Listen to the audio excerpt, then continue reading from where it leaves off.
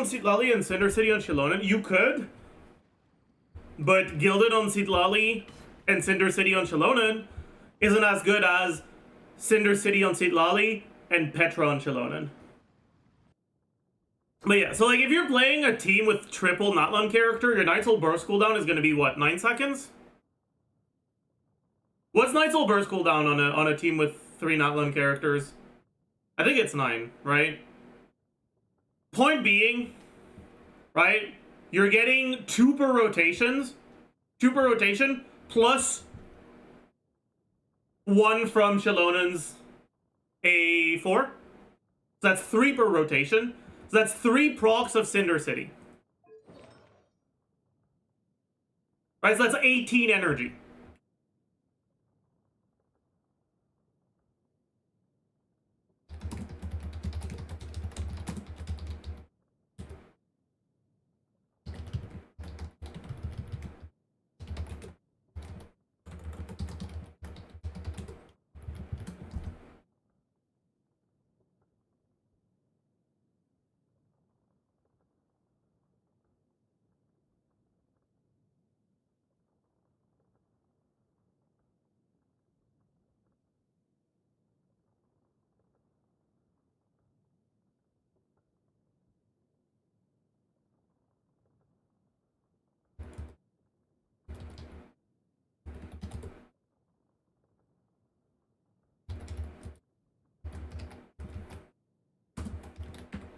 So, let's compare her ER requirements with Cinder City versus without it. So, Cinder City, other. So, she catches her own particles and it's 5.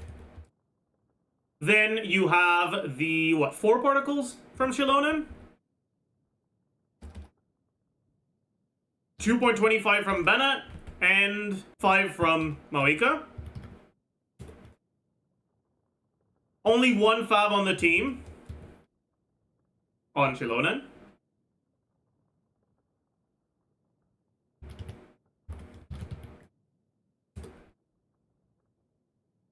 On Cinder City, I guess, energy, flat energy.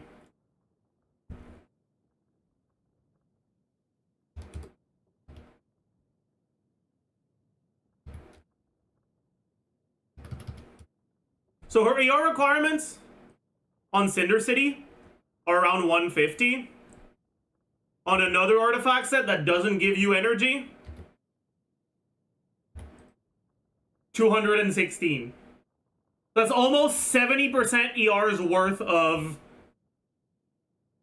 stats that the 2-piece from Cinder City is giving you.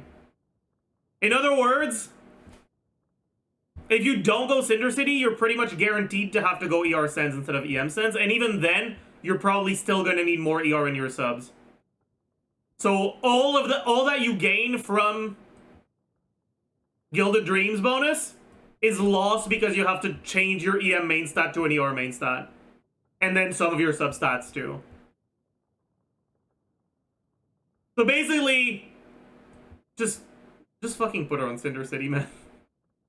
Like, this is also, like, this is doable if you're not on Cinder City, but, like, if what you're going for is her personal damage, or the size of her shield, you're better off going Cinder City. And if Shilonen is in the team as well, just put Shilonen on another set, not Citlali. Petra is cringe. I agree, but still. Okay, I'm going... Yeah, like, the reason why you're probably going to go Cinder City on Citlali over Shilonen in Shilonen teams is because of how Citlali's burst is actually important and Shilonen's burst isn't. And then on top of that, Citlali also has an actual good weapon other than Fav, and Shilonen, outside of her signature, and like Freedom Sword, so outside of limited banner weapons, doesn't. I know Cinder City doesn't sag, but if you're under multiple sets, can you get multiple buffs from different elemental reactions? Nope. What would Shilonen run? I think generally either Petra or Instructor on her. Neither of them is gonna have great uptime, so you're kind of just like sitting there like meh. But it's still better than not running anything. TOM is dead. You can also run TOM Citlali, but if you do that, her ER requirements are really high, right? As we mentioned earlier. But you can do TOM Citlali with an ER Sans if you want to have a tankier shield. Like, that's definitely something you can do. ER, EM, TOM. I don't know why almost every TC ignores sack frags on Citlali. Citlali's personal damage isn't bad, but it's not great either. And TDDS is fucking broken. Let me actually explain it with numbers though.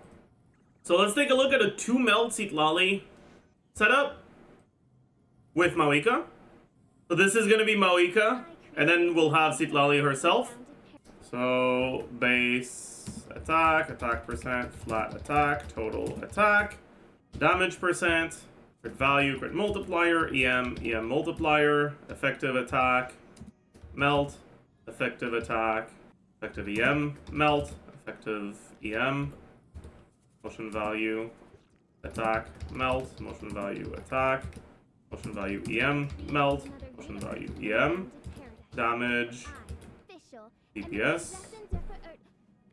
Then we have sack frag versus TTDS. 127 plus 454. 127, 401. Attack percent. Power resonance. Noblesse. A little bit from substats. Flat attack. Do we know for burst snapshots? Any knowers in chat? Does Citlali's burst? Or skill, or whatever. Does her stuff snapshot? Or where's the single hit? It leaves skulls as well, but it's mostly the skill. And whatever. Let's assume it does. It's not like it's gonna fucking matter anyways. It's not like she has any attack motion value. Okay, she gets 40% from Cinder City. What else? You're not really getting anything else, right? That's kind of it. Sure. Crit value. Are we good looking at triple EM? For now, let's look at triple EM, because otherwise her shield is a little too weak. Let's look at triple EM. So 20, or okay, 60% plus 20 times 6.6%. This squared divided by 8 plus 1. EM 115.2 plus 187 times 3 plus, let's say, 160 in subs plus 221 from sack frag. And then this one doesn't get sack frag. EM multiplier.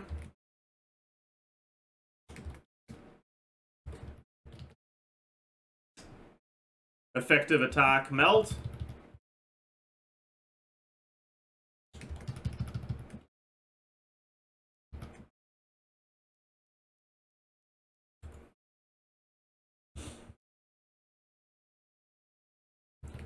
Okay. Motion value, attack, melt. How many hits does she get from her thing? Any knowers? It's 1 per second, right? Damage every 1 second. Okay. Motion value, attack, melt. 913.9%.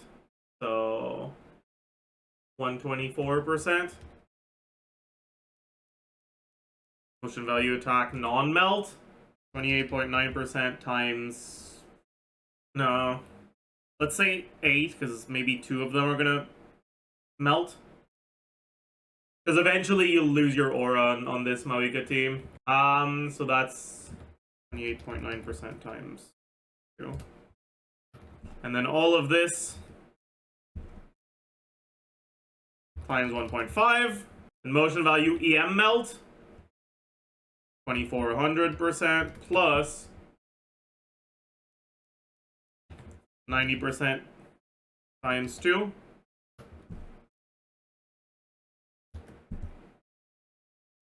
Times 2.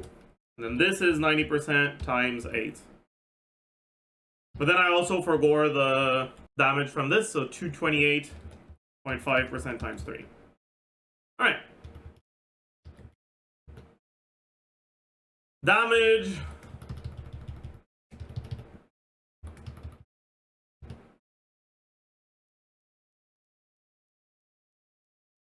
Actually, with Shalona, this would be 1.15.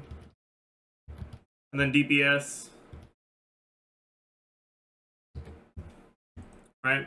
So, as you can see, you have about 3k more DPS with Sackfrog, but Mawika has 10k less DPS. So, I'm sure you can see where the problem lies.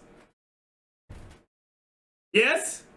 TDDS is just too good. Because Mawika's buffs aren't reliant on her EM. I don't know how much that would change at C1, but yeah. How does TDDS compare to Signature? We can also look at Sig, sure. This is 28%, right? Yeah, 28%.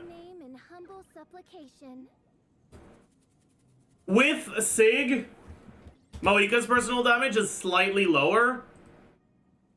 But in exchange for that, Citlali's personal damage is like 4k higher. Which means that your team is like 2% stronger with Citlali's Sig versus TDDS. And your shield is stronger as well. But like that, the fact that this is such a small upgrade is the main reason why Citlali's Sig is kind of eh. Oh yeah, base attack is also higher, my bad. So it's like 3% better. Maoka still bike spin and deal decent damage outside of her burst, like for Overworld. Her burst is pretty much free to get back on Overworld though. Because she's not reliant on energy generation, she's reliant on Night Soul consumption, which you can do while moving between groups of enemies. Right? You use your skill right before you burst or right after you burst. That's already almost your burst back. And then you just use Shalonen's E to run to the next enemy camp and you have your burst back. It's not going to have 200 stacks, but it's going to have enough to use it. And it's so powerful that you'll be able to fucking one-shot the next group of enemies anyways. But yeah, she can still spin without her burst and it's okay damage. But the burst like fucking doubles the damage that it does. I was wondering even star. Let me take a look.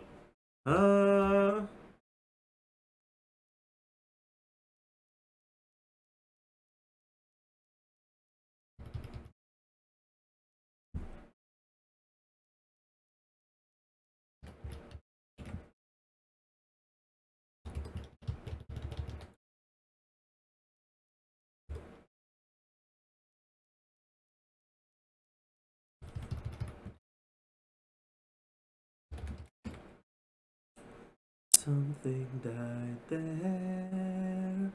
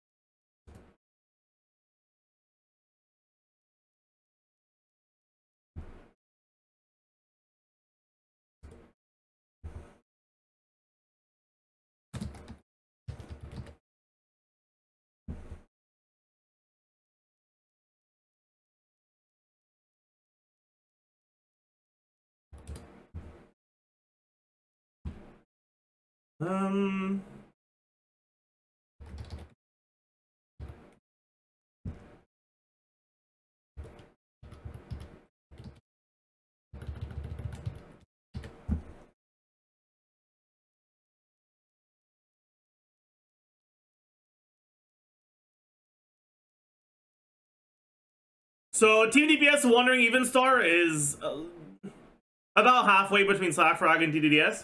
However,